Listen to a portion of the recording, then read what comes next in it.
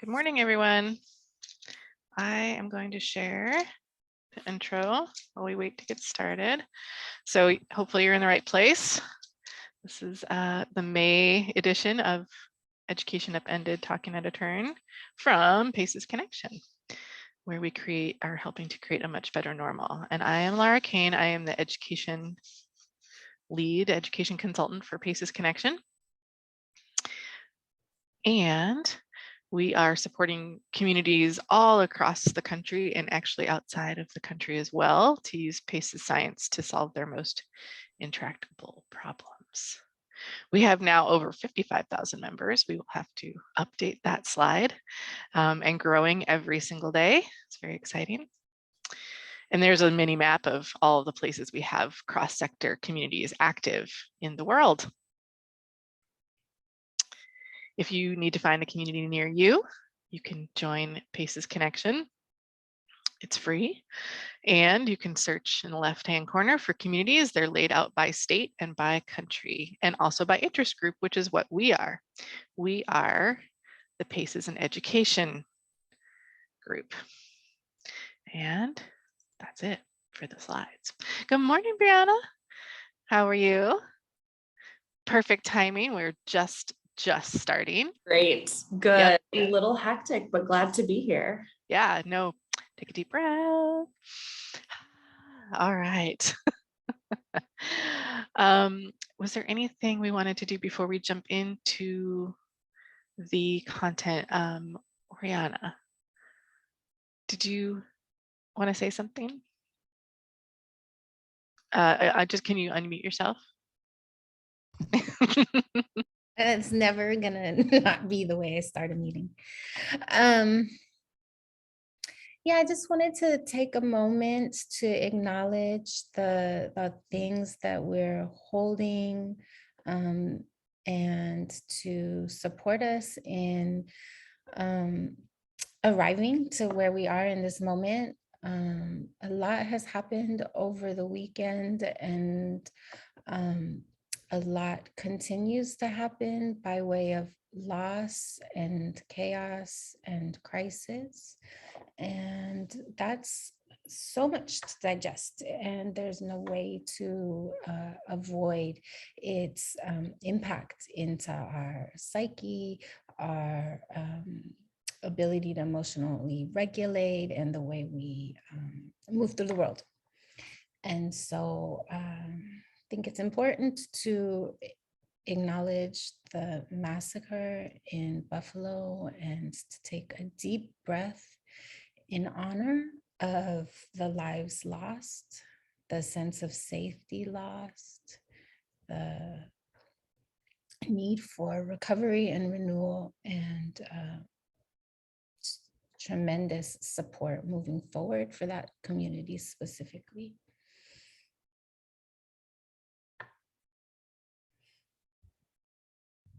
Thanks, Ori. Yes, thank you so much. And very appropriate for our topic today as we dive into grief and recovery and renewal after a crisis and what that means in school settings. I'll let my guests introduce themselves in just a second. If you there was a part one to this conversation with Leora Wolf-Prusen, who is the director of this project, a couple weeks ago, and that's on our YouTube channel. I'll try to drop in the link before we're done today. And she really gave us the kind of 30,000 foot view of how this project came about and kind of the why of it and what it looks like big picture, and her experience in the project. We had a very vibrant 90-minute conversation about this work and the importance of this work and kind of the very unique space that this project holds. There's not really any other places that are diving into, there's lots of places that do work on school crisis and school recovery, but not any that I've ever known of that work on this renewal part, the kind of next piece of what does it mean to go beyond just coping and recovering into meaning making and renewal. And so that was really the bulk of our conversation. And my guests today are former educators and working in the field with this with schools through this project and with educators through this project. So this is kind of the in the weeds part of the conversation. So the part 1 and part 2. So I encourage you to go back and listen to part 1 if you get a chance, and welcome to part 2. So I would love it if my 3 guests, Oriana, Brianna or Bree, right? And Yasmina would introduce themselves, kind of what your role is, how you came to the work, and just let people kind of know a little bit about you. Who'd like to go first? I can start since I'm unmuted. My name is Oriana Ides, and I am joining from Ohlone land, the land of the Ohlone people, Oakland, California, also known as. I am maybe approaching my 20th year in education, and I come to that by way as a public school student myself, so maybe my 40th year in education.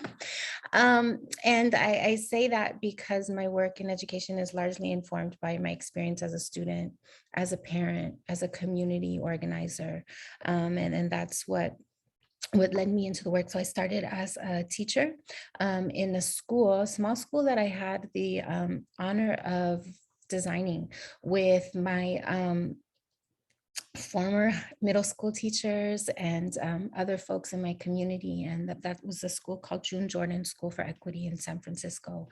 And I was there in multiple roles as a peer resource coordinator. So really listening to the needs of young people and families.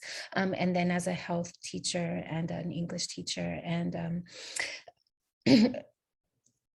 the themes around trauma-informed education were starting to become really integrated into our work as teachers. And I felt like I wanted to understand that more. So I left the role as a teacher and moved into a master's in clinical psychology, and became a school-based therapist and an administrator in the community schools roles. So those are all of the roles that I play now. I'm working with the School Crisis Recovery and Renewal project. Really honored to be on the a different end of things and supporting educators and school staff in the ways that I felt like we really needed when I was in the role. So that's a long version of me.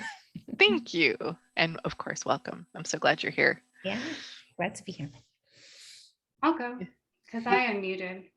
My name's Yasmina. I'm joining you from the ancestral lands of the Tana'atam, Peepash, and Pima indigenous peoples who have maintained and cared for this land since time immemorial, and striving every day to be in good relationship with the land that I'm on, also known as Phoenix, Arizona.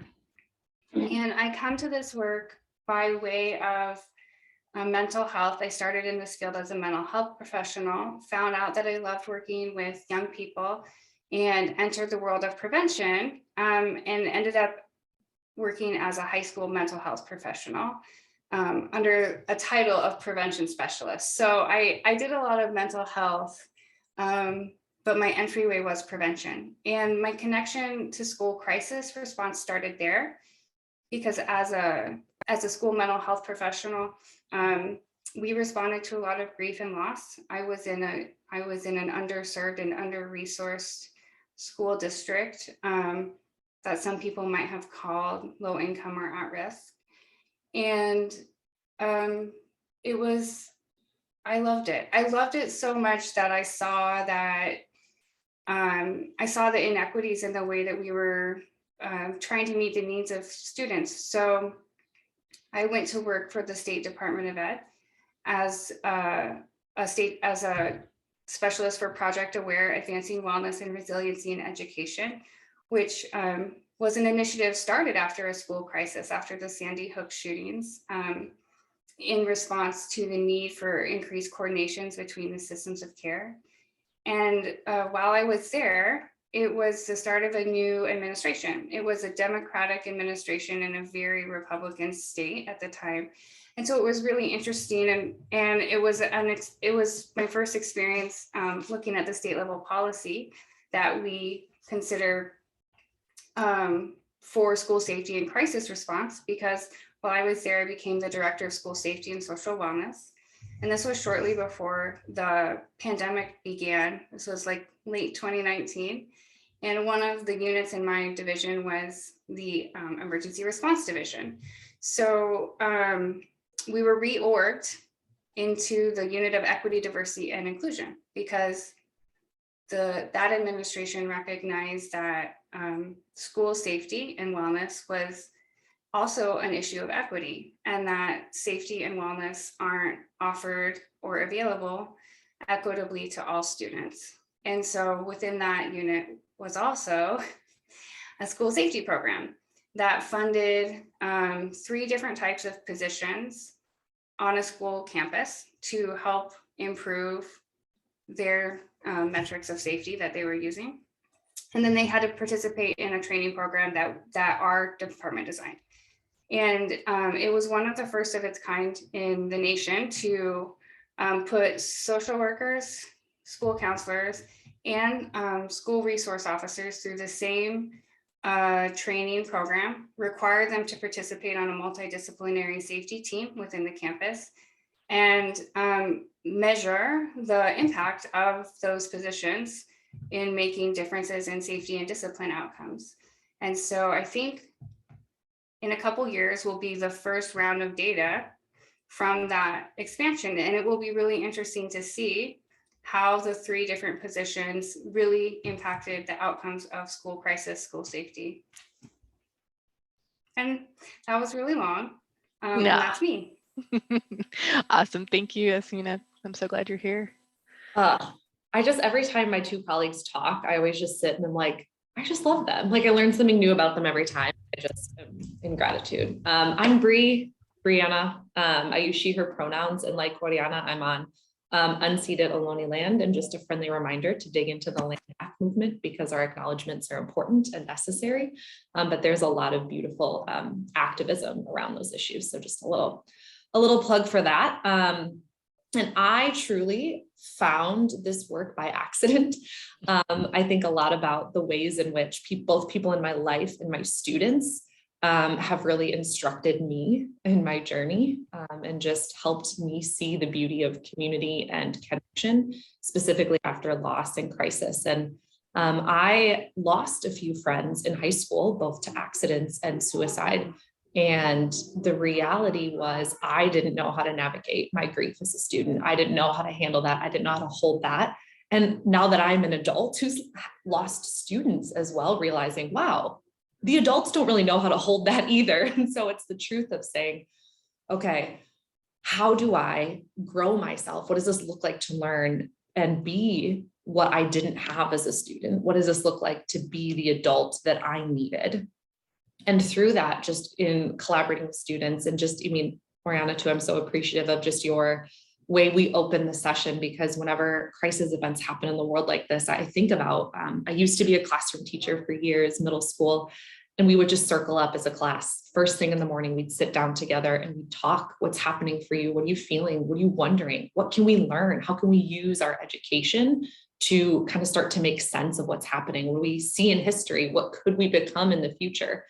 And just not being able to do that now feels very different. And so it feels like a blessing and a gift to be in this space today. But I'm a middle school teacher. I am one of those people who loves the super awkward hormonal angsty teens. I taught middle school for years, got my master's in curriculum and instruction, emphasizing in trauma and resilience in education. So how do we design schools to better love kids who have experienced trauma in their lives, and especially after the COVID-19 pandemic, and honestly, the world we live in now, we know statistically that's a lot of our babies, right? And so when I moved from the Midwest out to the Bay Area, I found this project through another position I was in, and just was more than delighted to honestly learn alongside my colleagues and continue to move this work forward. So that's a little bit about me. Thank you. Welcome. Yeah. So I have a lot of questions, but if I think one thing that comes to mind is, and you started to talk a little bit about it, Bree, like what what did you need when you were in the classroom? What was your experience, and this goes for all three of you, like, what was your experience before having this kind of, the support that you're building for others? What was your experience of what you didn't have, what you did have, what worked, what you, the things that you thought, okay, everyone needs to do this, or, we really needed this to happen. Just kind of talk me through what drove you to kind of seek this kind of project out, if that makes sense. And anybody, it's open to everybody. Yeah, I can dig into this first because this is something Oriana and I were talking about too, just with my experience. And the reality is, for educators, oftentimes we don't have time to metabolize and make sense of it ourselves, because we find out, thanks to social media, all of our students have found out. And so we are both simultaneously like metabolizing for ourselves and trying to process, while we're also holding 30 plus children who have questions and wonderings and emotions. And then we're having our own emotions, which we have to kind of stuff down in order to like be level for their emotions. And it's this, just really complex situation as educators. We have to hold both ourselves and our students, and sometimes the larger community as well, because schools really are, especially neighborhood schools, really can be anchors for the community. And so I think about the ways in which, as a teacher, something would happen over the weekend. I'd get an email, hey, at 8:30 when students come in, be prepared to have a conversation about this. And it's like 8:15. And I'm like, I don't know how I feel. I don't know how to do this. And so I think what's beautiful about this project and about this work is being able to say, okay, when we see this crisis, when this event happens, as educators, how do we process ourselves? What does this look like for us to tell a narrative? What does this look like for us to take a breath and allow ourselves a moment to think through this before we then in turn have to model that for our kiddos? And so I just think a lot about how I've had no turnaround time and relatively no support other than here's what we know, or here's what we can tell you for confidentiality, and then just make decisions with kiddos. And that's hard and that's complex. And I think that's honestly the reality for a lot of schools right now. Yeah, definitely.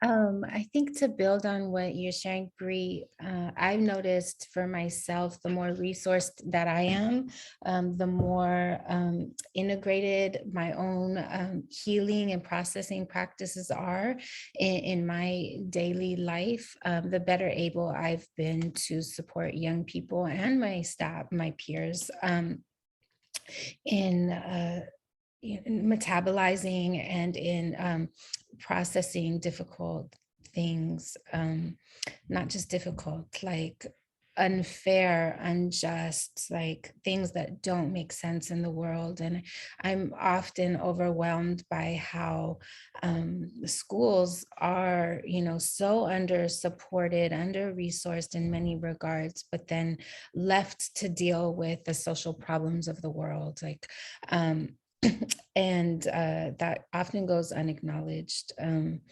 So in my experience, I have needed to be connected to my own community, my own healing practices. I've needed space provided for me, maybe if not before, I need to hold space for young people after, knowing that, like, okay, at the end of the day, me and my comrades, me and the adults that are also in this space will gather and support one another. I've needed that. And then I've needed a connection to community. Like, I know that I cannot hold alone. And so knowing that, the community-based programs that I really trust and know well will show up on campus as well, that they're going to stop by at some point during the day to hold the young people, to check in with us, to give us information, has been really critical in me feeling resourced to stand in this role as an educator, as an administrator. And that comes to mind for me. Thank you. Yasmina? Because I'm a person living with ADHD, I'm also gonna make sure I still have the original question, which was, what would I have needed as in the classroom during a crisis or for renewal? Both and kind of what was lacking, when you were working in the classroom or with young people, in your work with young people, what in the past before this kind of project, what did you need to be able to move through, process, feel supported in school crisis and grief recovery and renewal when things happened? Well, I'm going to give a really, really big answer. That's probably not going to help a lot of people on this call. So then I'll give a small answer. So my big answer is that I need targeted investments starting at grade 3 for kids and specifically young children of color to read better so they have more access to post-secondary education options. And then I need us to change the messaging around I need us to change the public facing messaging about what it means to be a teacher. And the biggest thing I would need is for people who have not sat with the hearts and minds of 30 kids in their hands to sit down.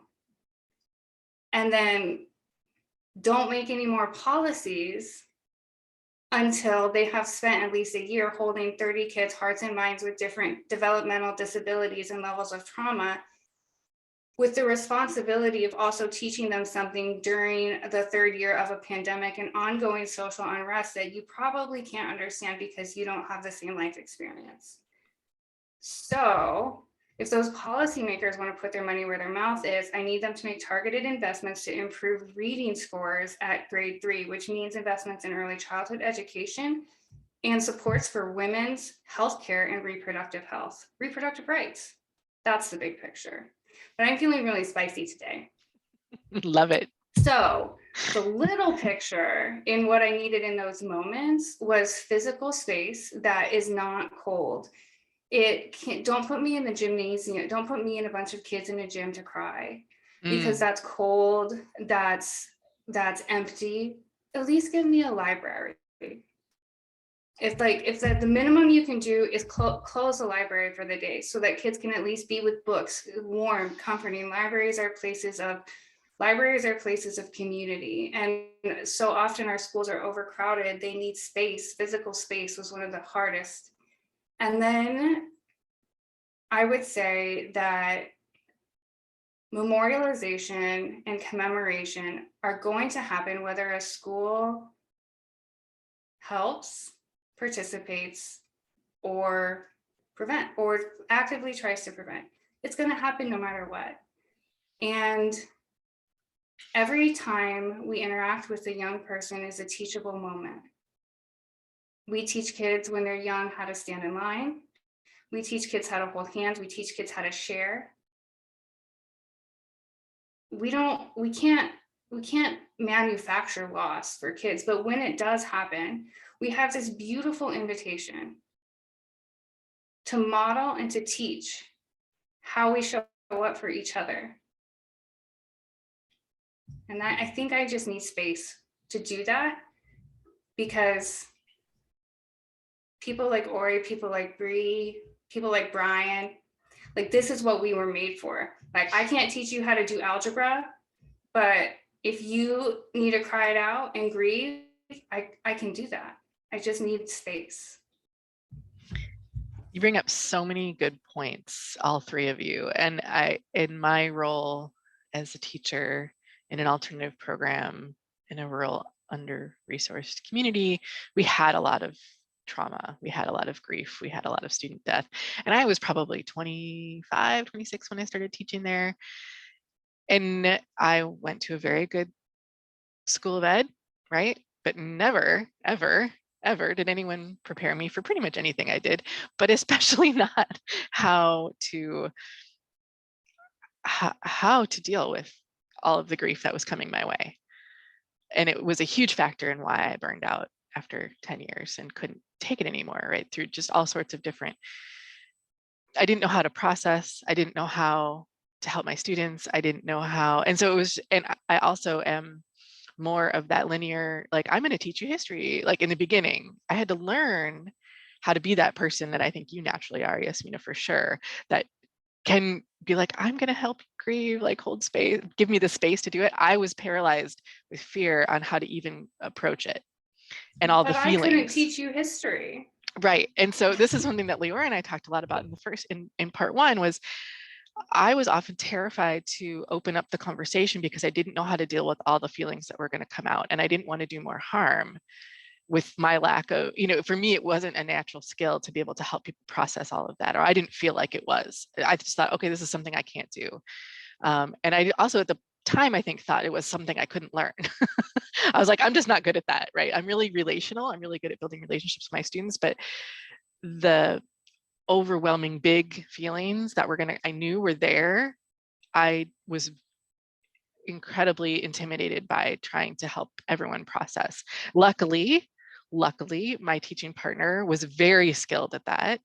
And so I often deferred to her. So when Leora and I were talking about, this project, I think one of the beautiful things for me is that, one, people don't feel like they have to do this alone, so that you can learn skills, get help, learn from others, learn how to reach out to others in your school community that maybe are feeling really comfortable about this process, but need space to do it. And that this, yes, they don't have to do it alone, and you can learn how to ask for help, and that it's not something you were supposed to necessarily know how to do.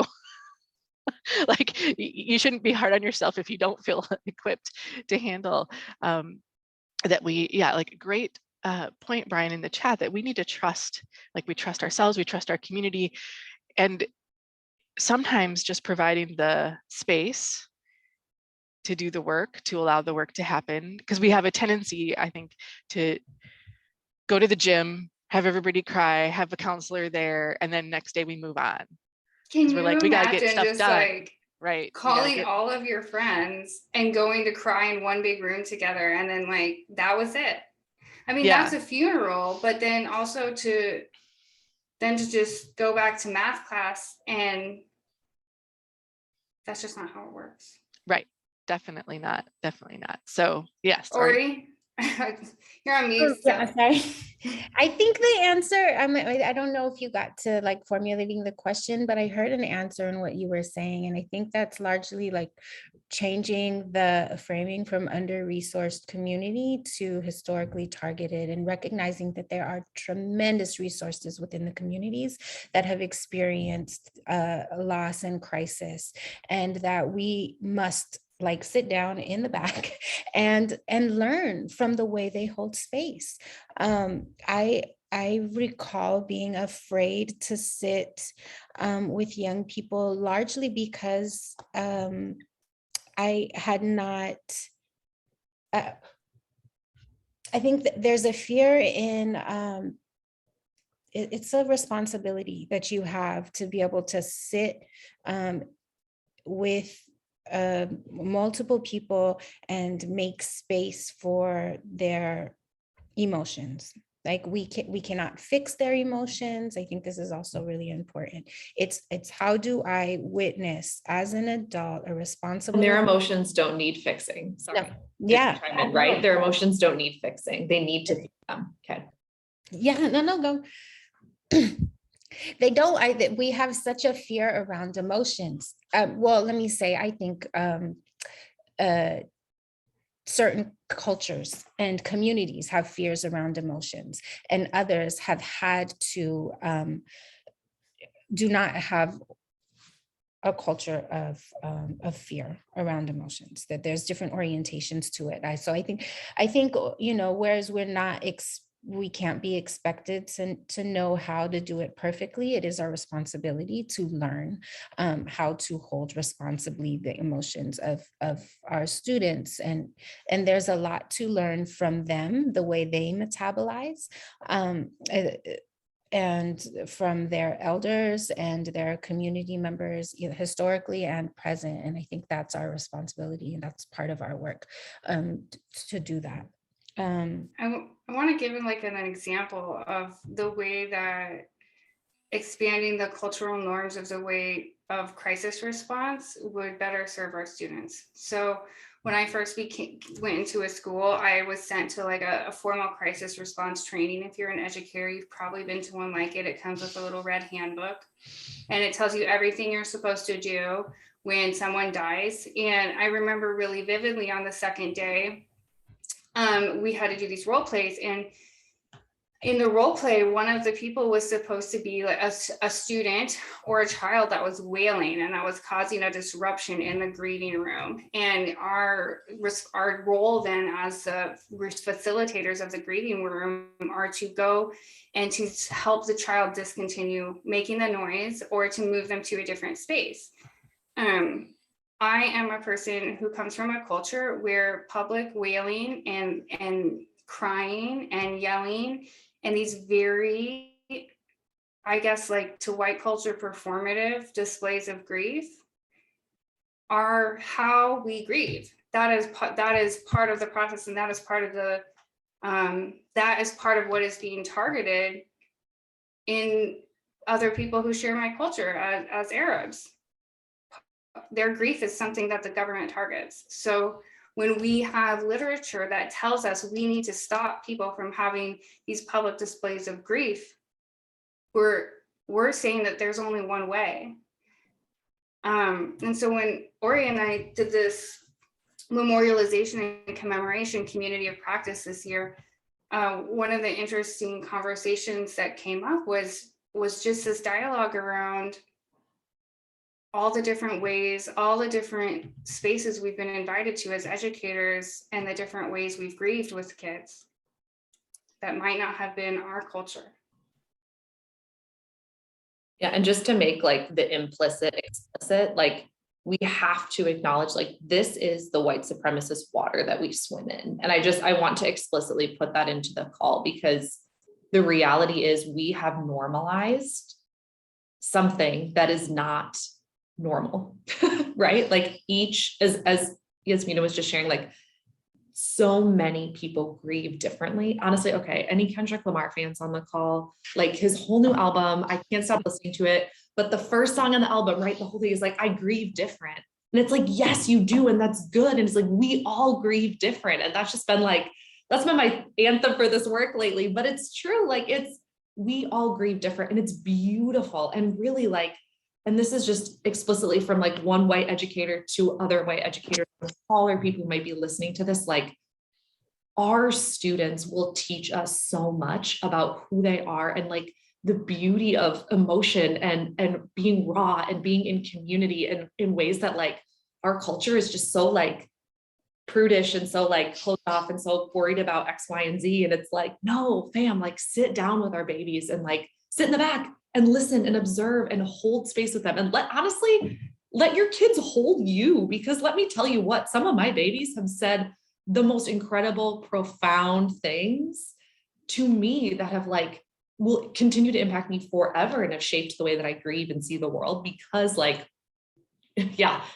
okay, I'm done. It's the truth. Like we just have to acknowledge this is the white supremacist water that is shutting down beauty and culture and things that actually will bring about healing in our schools. Yes. Can I say one thing? And yes. often BIPOC youth's resistance to education is their like intuitive knowing that it's a system that requires them to truncate themselves. And when we can sit back and allow them to be fuller versions of themselves safely without mask, without the need to, puff up or depend on coping mechanisms, not learned by their communities or families, but that we force them to learn within the system, within the institution, because schooling is incredibly violent and traumatizing, then we can learn from each other. And there's, I think, far more of a buy-in to education, not schooling, but education to engage in the journey together. And yeah, I think that could be it is transformative in my experience to when I've been able to create spaces that allow for wholeness and humanizing full versions of themselves, and not in a way that's pathologizing or assumes that they don't know how to learn, or that, like academic excellence isn't a part of their identity. So. Kind of building off of that, that sparks something else for me too, is we think about what does this then practically look like in schools, right? To like the example that was shared of like trying to escort the student who is grieving appropriately away from the grief space. So that way, you know, respectfully, the white babies can feel comfortable. Like, how do we create, I think about like in the pillars of trauma-informed practices. And I think about just as we walk towards renewal, having agency and having choice is so powerful. And so what might it look like in our spaces as we're planning and, you know, creating spaces for students to grieve in the context of school, to create spaces that like are affirming and validating and like that are open. So like, hey, we have a space, like if you need to just yell, you need to break something, if you need to like creating those spaces that students have choice and the ability to access grief in the way that they need to, while also holding collective space so that we can sit with each other and learn from each other. It really is a both and, not an either or. And I think that's something the system needs to consider. Yeah. And one of the things, yes, Mina, that keeps, the word that keeps coming, running through my mind as I was listening to both of you, is the unlearning that I had to do. Because I think I thought, especially as a very young teacher, I was prepared and prepped to go in as the expert, the one who could fix everything, the helper, the authority on how things were. And so that was what I expected of myself.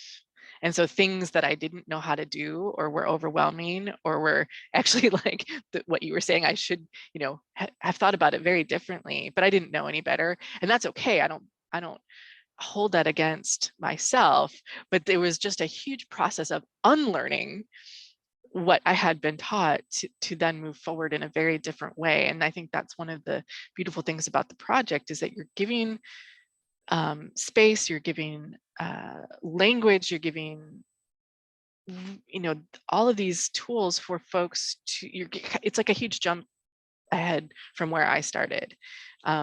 And just have, like, if I had listened to these conversations when I was in the classroom, it would have blown my mind completely.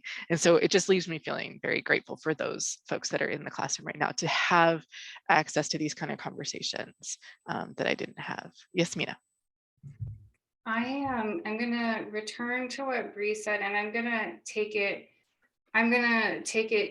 bigger. I'm gonna say yes, like the mental health professionals or people like Bree or Ori and I, oftentimes we're seen as this group of folks who can like bring this major shift or provide or bring these tools for major healing. And classroom folks are like, well, where do I fit in this? Because I can't teach math, right?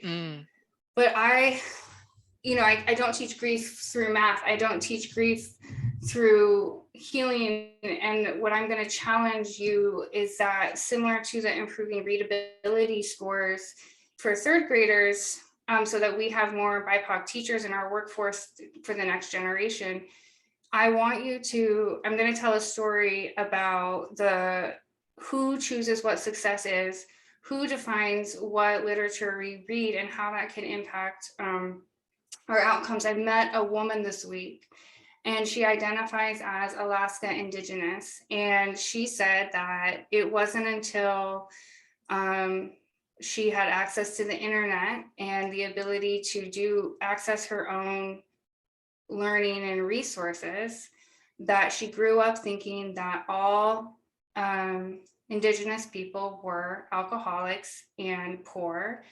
And she had so many friends that had died by suicide that she thought that suicide was just one of the ways you died. Like, some people die by car accidents, some people die by suicide, and she might die by suicide because that's just one of the ways you die. And it wasn't until that she had the opportunity to access her own material, learned her history from an Indigenous lens, because that's not what was taught in school, and found out that there was a reason that her grandmother came home at 2:00 in the morning and had been drinking. And it wasn't because her grandmother was an unintelligent, alcoholic, Native American human who was born to be those things. It was because of a result of generational trauma. And so when we think about what stories we tell If you're a preschool teacher, what books are you reading? If you're showing kids a Disney movie, I want you to just go to your Disney Plus, whatever. And I want you to sort how many of the Disney movies have a king and a queen. Because Encanto was one of the first Disney movies that I can recall where the gift is family, nobody's ruling over anybody else. And like the gift was community. And no one involved was dominating or fighting a war or trying to take something from someone else. It was a real different take for Disney. And so those kinds of messages start early. What happens when we see Sleeping Beauty in her box? All the dwarves are very silent and no one touches her. It's just the messaging about how we grieve and how we should or shouldn't do it starts a long time ago. And so our educators, especially with our young ones, they have so much opportunity to be honest, to be truthful with their kids. Because more than anything, kids can tell when you're lying to them. They're just kids. They're not, they can understand you. They can see your emotions. That's probably what they're reading more than anything. And when your words and your feelings aren't matching what you're saying, that's the disconnect.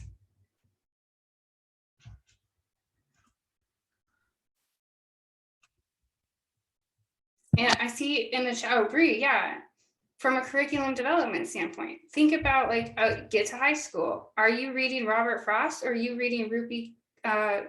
Are you reading Milk and Honey or like A Long Walk in the Woods? Because I can tell you, I was an adult before I read literature by an Arab author. Yeah, for sure. Other thoughts? Oh, okay, Oriana, unmute yourself. And then Brian, I see your hand raised. Well, I think Yasmina's call to, so there's responding to crisis and then there's renewal, post-crisis, but crisis never stops in the world that we're living in. I think that so much of our ability to support generative growth is rooted in what we do outside of the crisis or outside of our response. And that is the curriculum that we develop, the literature as allies that we bring in to allow young people to see themselves. Similarly to that, I'm sorry, I don't know if this is sounding like it's making sense. As adults, it's the community that we build outside of the crisis that we can then fall on when we need to. And so the school that I was a part of, we were organizing together. I can recall losing a deeply loved teacher, and we, came together at my house with food, 26 plus educators, to think about how we're going to hold our students on Monday morning.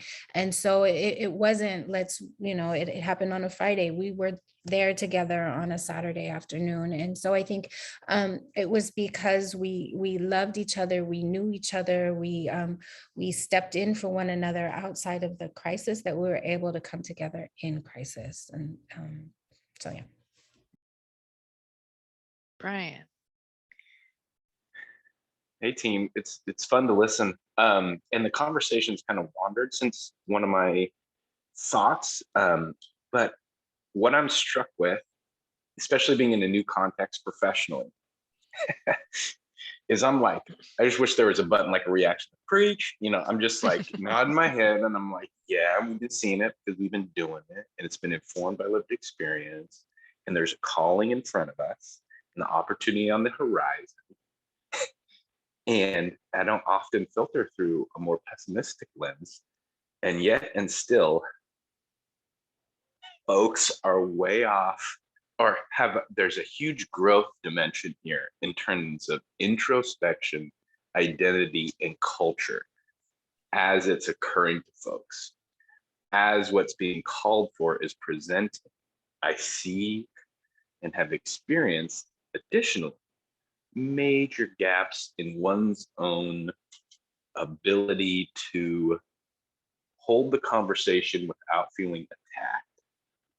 And there's a skill within that about being sort of centered and open to the possibility that your worldview needs a tweak or a shift.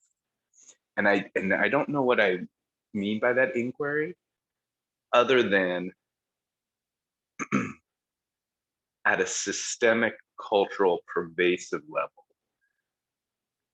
I wonder how to continue to expand these threads that takes a lot of work just to get on this train, you know? And I just want to sort of name, as much as I'm excited personally through this, it also makes me feel like there's a dimension of trying to link up with folks, but the developmental progressions are so big. I'm trying to think how I would be reaching back in partnership for those that want to be better or have that orientation that they have a growth edge or that they're incomplete and that it's not fixed. So there's something that I'm sorting for because I'm so with it. And functionally, how does that invitation occur in a meaningful way for their cultural zone of proximal development or our collective zone of proximal development, so it doesn't feel like limitless or they feel attacked. So I think I sort of named my problem that I'm peering into. So appreciate listening. Thank you. Yeah, that's a great framing for us. I appreciate that. Any thoughts, friends?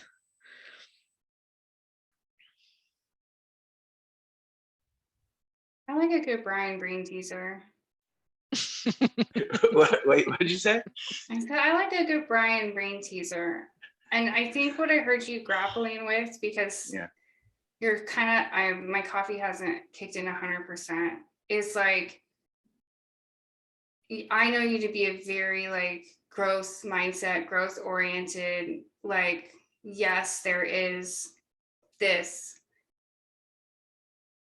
but how do we find hope? And well, that's the underarching well, message. I'll just say it a little more solid. Hope. Like, yeah, well, I'll just say it a little. There's some people who just don't want to change. They don't want to address it. They don't want to talk about structural racism. It pings them.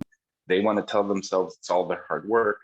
And always, we all have suffered. We've all worked hard in certain ways, but there's something that I've just seen, and I've been around it a couple times, and I'm like, the privilege, the dimension of it that they don't want to see, the shadow of themselves. There's how do you have someone face something that they don't want to? They're in active disengagement around these things.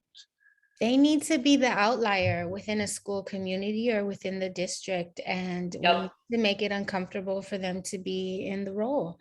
And they can no longer determine the tone or the direction. And I think we need to be brave in saying this is not the work for you.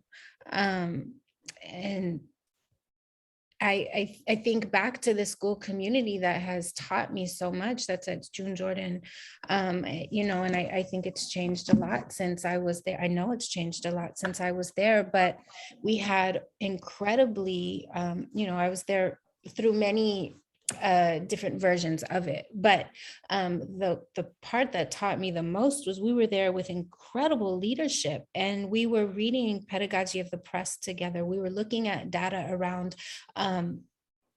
you know, push out rates for Black and Latinx students. We were doing deep learning to we were defining what social justice was as a community. We weren't depending on everyone's pre-existing definition of social justice to guide their work. What we had, it was, you know, a strong definition that we were building together as a community. And so we read Pedagogy of the Press as a staff.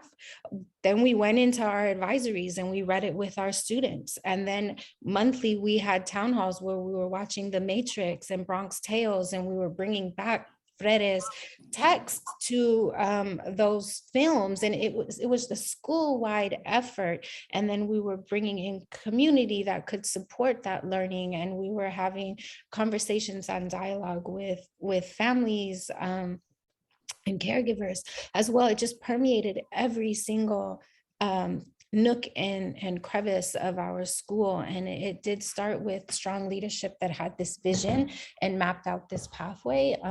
We slow danced as a community of 300 young people, and that was how are we supporting them in and connect us. We stared into each other's eyes as a staff and then as students. And that was all the work that happened outside of responding to crisis that allowed us to show up for one another in authentic, humanizing, meaningful ways.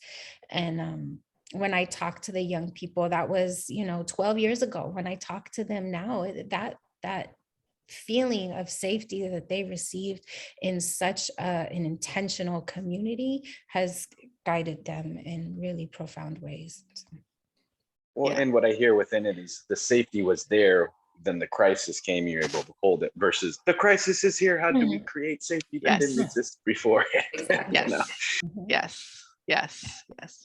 Bree? And just Brian speaking a little bit to like, I think maybe what you're grappling with has been largely my teaching reality. I taught in Iowa for a long time, which is pushing anti-CRT laws. I have good colleagues in Florida, Alabama, states that are truly like actively fighting against this conversation. And I think as we move forward, I think the beauty of this is that like science and data and good pedagogy is on our side with this, right? And I think what we've found ways of, yes, and I think to Oriana's point, like maybe this isn't the job for you, right? If we can't coach them up, coach them out. Like that I think is the reality that is necessary. And honestly, our director tells a really good story about how she was coached out of the classroom. And it's one of the most heartwarming, and it just goes to show, like, she was teaching history, I think, and her principal, and oh my gosh, I'm gonna listen to this later, I'm not going to do it justice, but her principal said, you love your kids way more than you love teaching history, and I see that in you. And because you love this aspect of it, I think you would be better fit here. But because this is a history teaching position, I need someone who loves teaching history the way you love caring for the emotional needs of your kids. And she's the director of this incredible project now because someone valued her enough to be honest with her. She could have been one of those teachers who are experiencing what we see and we call as like that 5-year burnout. But someone took the time to value her. That's what matters. That's what all those feedback and observations are supposed to do. It's supposed to help the person find their best fit. And you as an administrator to find someone who loves teaching history.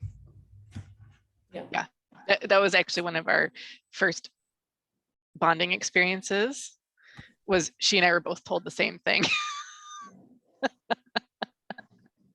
It's like, yeah, anyway, that just reminded me, that story was the first time we were both like, me too, oh my gosh, you too. But I think one of the things that I was at the School Crisis Recovery and Renewal salon last week, symposium. I'm not sure what the right name is, but I listened to the folks in Butte County in their breakout session talk about their experience of going through the school crisis recovery, recovery, renewal process through wildfires and the pandemic and all the things that had happened up there. And one of the things that really struck me in their conversation and listening to them, because they were very much talking about in the moment what happened, what was it like to go through that? What was it like to get support from your team?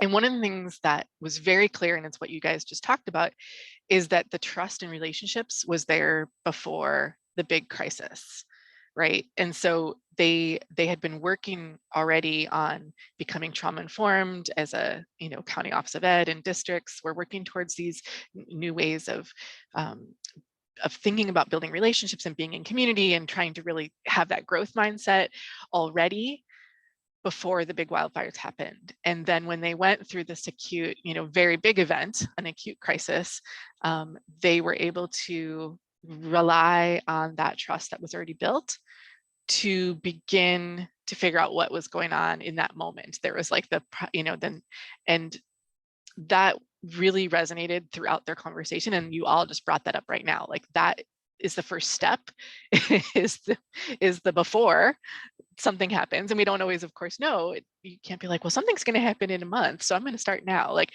right. We have to start with that critical emphasis on building community and being vulnerable and building trust and transparency and humanizing and being a human within our buildings, with each other, with our coworkers, with our students, allowing our students to be human, and building trust with our administrative teams. Having that there allows us to then kind of almost like what Brian was saying too, like then when something happens and you might need to ask for help or coaching around how to process, you have each other to rely on and then can build from that experience for sure. I'd be curious if you can think about, right, Oriana, something will happen, right? I've never been in a school building where something doesn't happen because we're human, living in communities and things happen. It's just by the numbers. If you have 2,000 people in one space, like, and you're there for a couple years, something's gonna happen. Yeah. Good, bad, or otherwise. Yes, absolutely.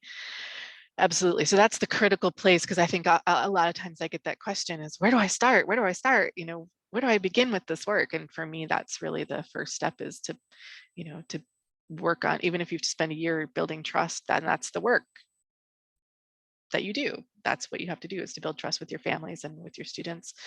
But I'd be curious, kind of along those lines of like Butte County's experience, what's it like to be a field coach in this work? What does it actually look like, feel like, sound like, kind of on a ongoing basis? What kind of like examples from the field of like supports that you've given, what people need, just be curious.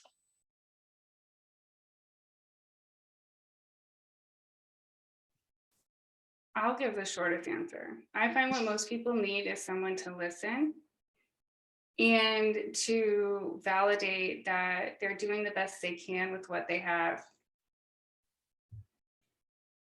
And that's honestly a lot of what I look like, because we have the word school crisis in our names. A lot of what I do is holding space for people who have experienced something that looks like a school crisis.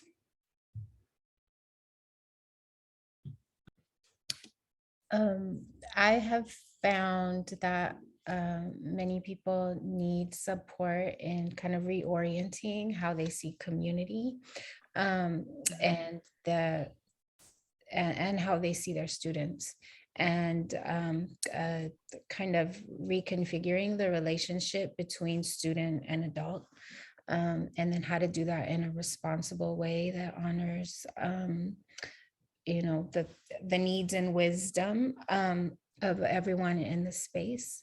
And then I also see, I don't hear people asking for this, but kind of to what I just alluded to, I have had this beautiful experience of being a part of a community with real momentum around, we didn't use always trauma informed or PBIS or restorative. Those words weren't used.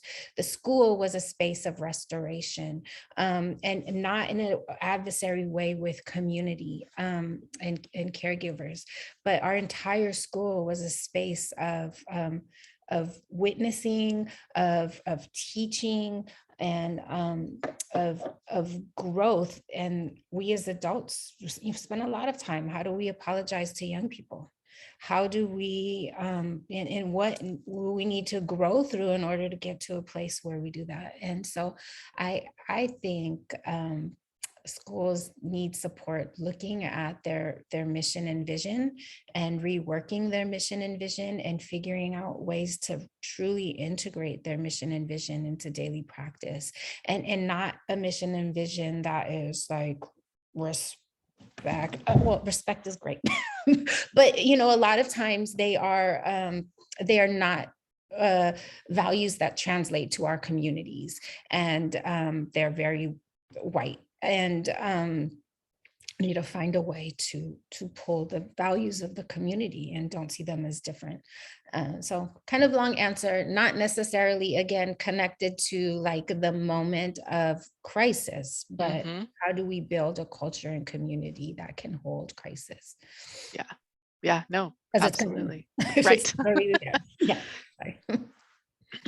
Bree? Yeah, I think the biggest thing that has been interesting in the coaching that I've been able to do has been this both and of like, how do we like hold the emotional and then how do we do the practical? And I think largely what comes up is in this conversation towards renewal, and Oriana was just hitting on this a little bit too, like after this thing happens and we've recovered and we've kind of like re-regulated as much as we can, where do we go from here? And I think that's the big question a lot of people are asking, like, now what, right? Like, because we can't just move on like nothing happened because something happened. And so a lot of it is like, how do we better equip teachers? Some of it's looked like designing like professional learning for schools and things, but some of it has also looked like, what is our demeanor and disposition? How is our mindset shifting? How is our belief about students? What's the story we're telling about who our students are, what our community is, and just helping people kind of get framing around that.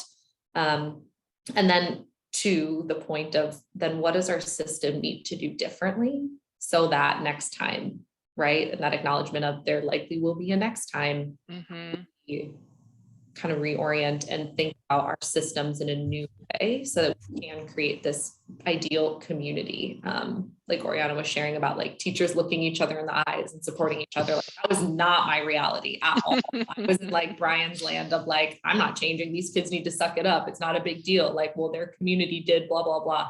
No, we need to really sit and say, what is shaping your narrative about that? Why is this what we're thinking? Why is this what we believe? And what evidence do we have in the contrary? What does good pedagogy teach us? What does engagement teach us? How do we connect with our kiddos in a way that's real and authentic and design a system that actually allows us to do that in a way that's not rooted in unhealthy historic practices? Yeah. Like yesterday, I'm leading a work group right now that is looking to redefine or reimagine what memorialization or what rituals of grief and renewal look like when there has been suicide death, and how that looks different than other types of suicide loss or other types of just grief and loss in general. And one of like, I'm still thinking about it. It's been like almost a whole day, is the word postvention itself could be a word that we need to look at, because when people say postvention is prevention, there's a lot of suicide survivors that is harmful language to, because in their mind, when your suicide prevention messaging is all suicide can be prevented, now you're looking at someone who survived a suicide loss and said, you failed to prevent something, all suicide's preventable. And now you have to live with that grief and your failure. And it's harmful messaging. So we get to reimagine. I don't know what the answer is yet. Stay tuned. I think you brought up there's a couple threads that I'm really resonating with. One is the word reimagine, because I feel like this last R in the project, the renewal piece, is like I had said in the beginning, this is the piece for me that's really unique and really special. And part of it, that is the reimagining. What should it be? What can it be? What do we aspire? What are our aspirations? What are our dreams about how this looks, right? Even though we know what the reality is, what can we see for the future now that we want to do better, we know better, whatever, how we have a different experience. yeah, and really good point for like, who gets to dream with us? Is it collective dreaming? Is it, you know, is it top-down dreaming? Like, how do we really do this authentically and bring everyone along with us? And then I think also the other part that really strikes me is this concept around meaning making, the renewal of what does that mean? What does that look like? It's, to me, it's the really critical piece in the renewal part, because we know that healing from trauma needs witnessing, needs meaning making. It's how we process, you know, our experience is the big piece that often gets left out of this conversation. And I think especially in the big, you know, a crisis, an event happens, we recover, we cope. But then this renewal piece, what does that look like when we're trying to heal, make meaning, and process together? How is that experienced? How is that different? Because for me, like, this is really the gem that not enough people talk about, know about. It's a new concept to a lot of people. So I would love to hear your thoughts on that with the time that we have.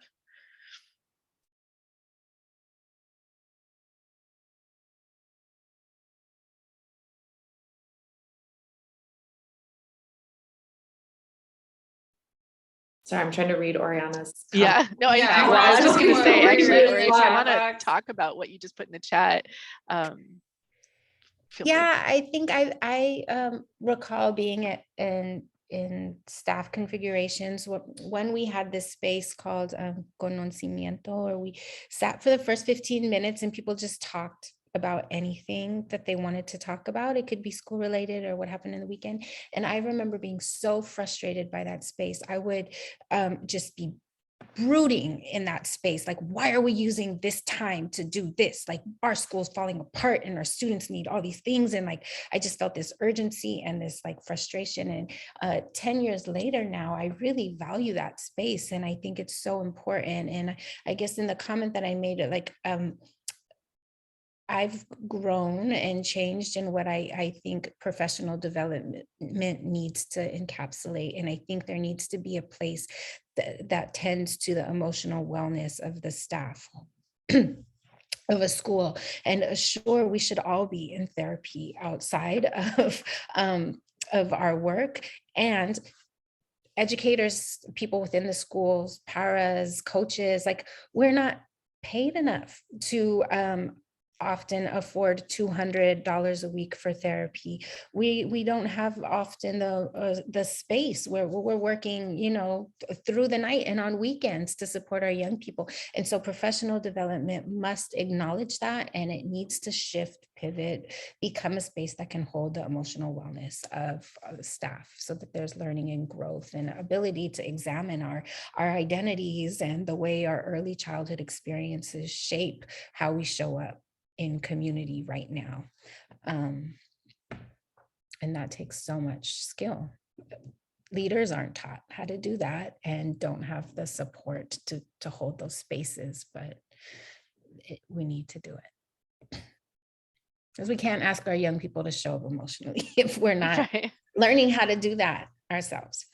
Right.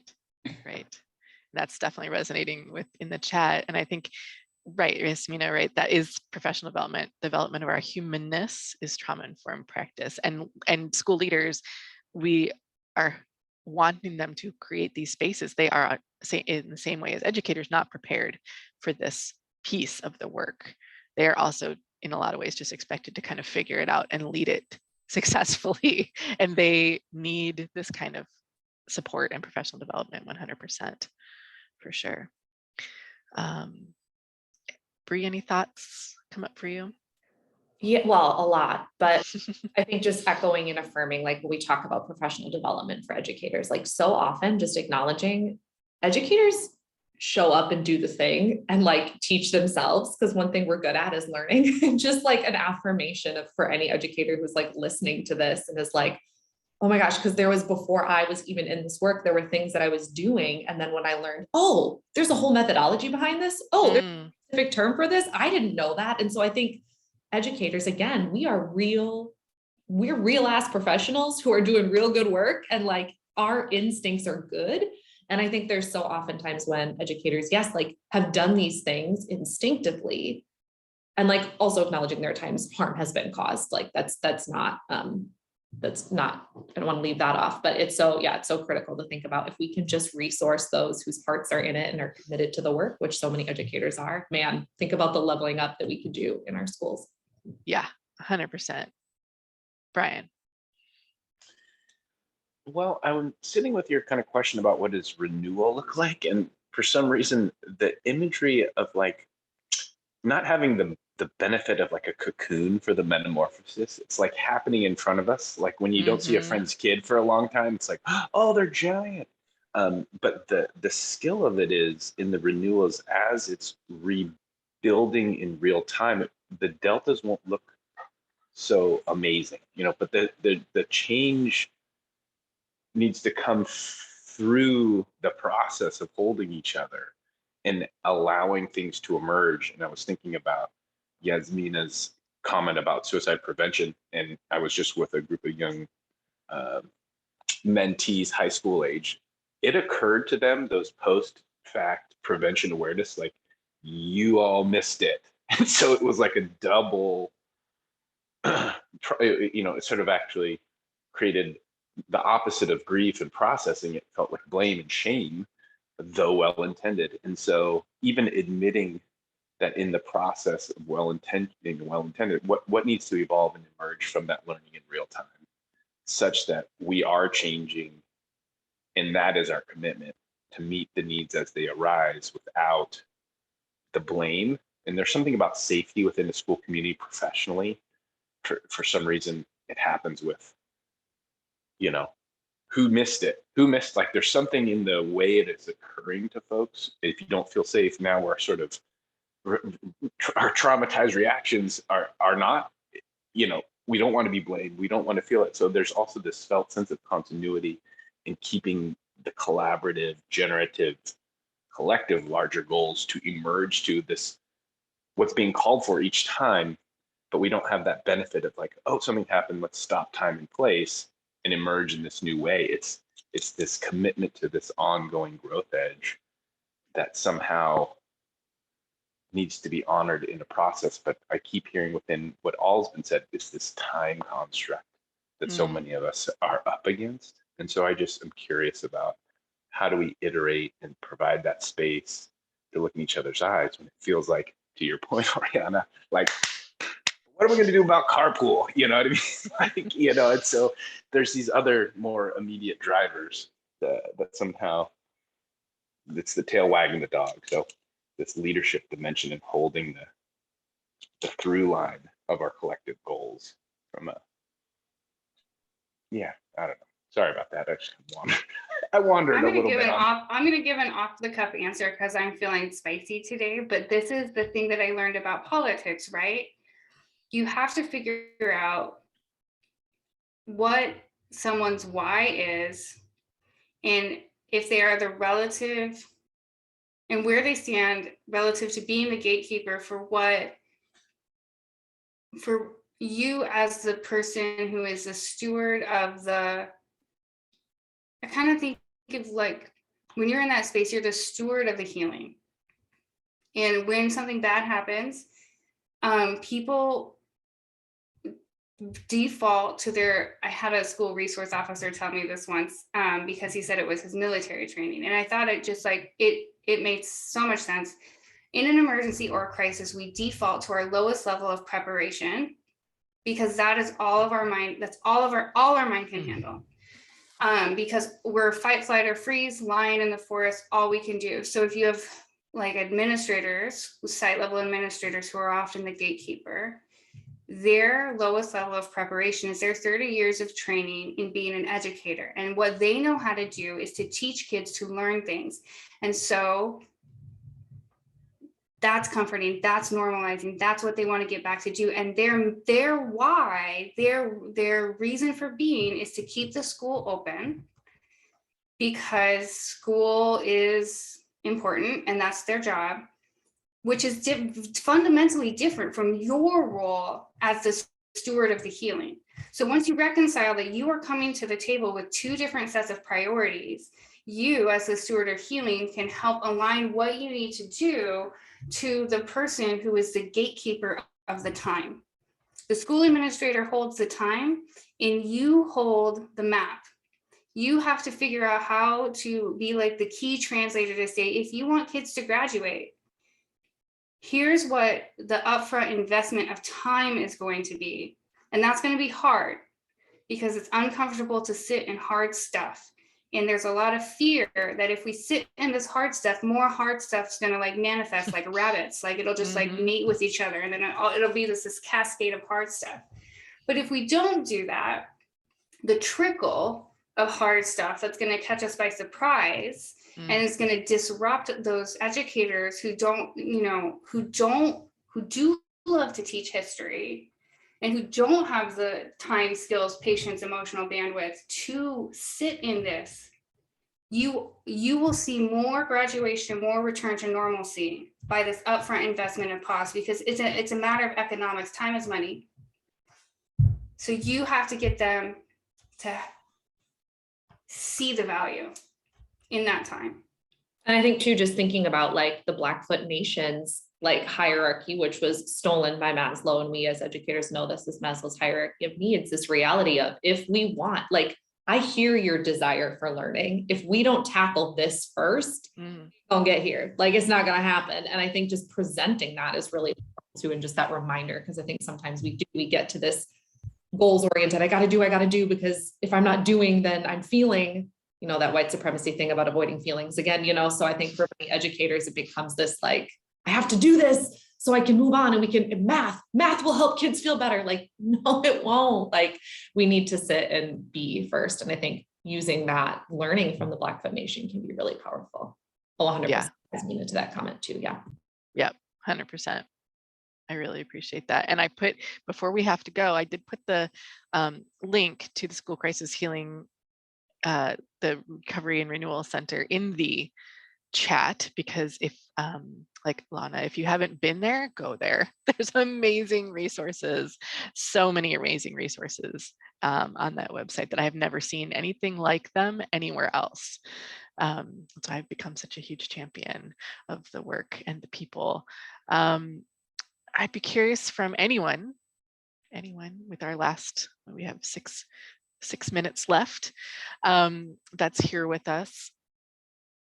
Last thoughts, ponderings, messages, things you want to send people away with, any kind of closing you would like to offer.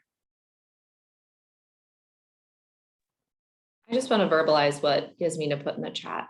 And that reality of like our identity is who we are, but some of us have a bit more unlearning that we have to do and some relearning that we have to do. And I think that's really the invitation, because in this work, we will make mistakes. We won't hold students perfectly. We won't honor all students perfectly. We won't honor our colleagues perfectly. Parents will be mad at us. Like there will be mistakes made. And I think learning to put down our defenses and be real and vulnerable and open with people is the biggest invitation that we can extend to anyone. Yeah, so my well said. closing is that if you are feeling nervous about inviting people into your tender spaces of vulnerability, try inviting them into your spaces of joy. And that's like, joy is our birthright. Joy is something that we don't take enough time to honor and experience and carve. And when we only live in pain without joy, there is nothing. And so if it's scary for you to let someone into your pain, start with joy. Invite them to something that brings you like that kind of happiness that you're like embarrassed you're so excited about. And it'll get easier to invite people in for the stuff that's hard. I love that so much. Can I just ride that? I do say there's a clip from Brene Brown and Oprah about joy, and Brene says it's sometimes hard for folks to let in joy. So that's a great quote if you look for that. But I'm totally with the joy dimension. And the final thought that I have here is almost the parallel between crisis at a site level and the crisis in education collectively. Like if I just take the aperture and zoom out, like this window of time that we have over the next few years, we've been on this journey together in so many ways. And there's some kind of parallel of these processes and renewal collectively. that sort of mirrors the processes at a site level when it's more acute. And that's kind of what I'm trying to take away here from a systems change standpoint. How can we apply these parallels, processes, and do that collectively, and that the renewal is the emergence of a system that is improved and has learned and is more healing and generative and meets more needs holistically in an evolving way. So there's something there for me kind of flying at the two levels of this theme of crisis and the crisis of education that we, it's our time to kind of be the change kind of vibes.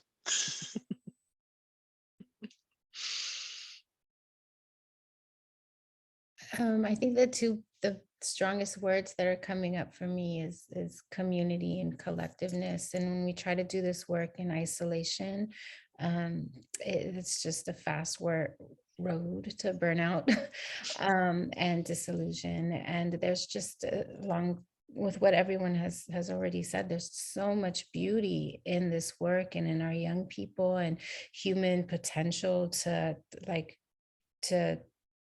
transmute pain. And if we open our eyes to the beauty, if we stop policing grief, stop policing joy, allow our young people to have the space, the safe space to do that I think the way we feel in this work changes. And so yeah, together. And if you cannot find the people, there's so much literature there's to tap into that can kind of direct us and fortify us and help us feel strong in this work until we find the people. Right, find your people for sure. Can't do it alone. And listen to Kendrick Lamar's new album. Please. Definitely. That's everyone's homework. As you read a book, Yes. in your car or somewhere like alone. The Grieving While Black is a really good book. Mm-hmm. Yeah, and you put the link in the chat. Mm-hmm. Thank you. Yeah, and you guys know how to, that are with us, save the chat if you want. Just click on the three dots on the right. So many golden nuggets of wisdom in the last 90 minutes. I appreciate you all so very much. You make this fun and joyful, and I learn something new every single time I engage in these conversations. And I just really appreciate the gift of your time. I know that's very, very precious to me, and I appreciate it very much. So thank you for spending 90 minutes with us and sharing your experiences and being so very real and vulnerable as a collective. Thank you, Johnny, for joining us. And with that, any last moments? We'll leave it open for a second before I close. Oh, hi. Just thanks. Yes, thanks always, Brian, for joining and, All right, and we'll for catch you. your articulate self. Brian's always got It's the nice to bombs. meet new friends, John D. And is it Launa Ray? Lana's good. Lana. All right. I'm so glad you were able to join us.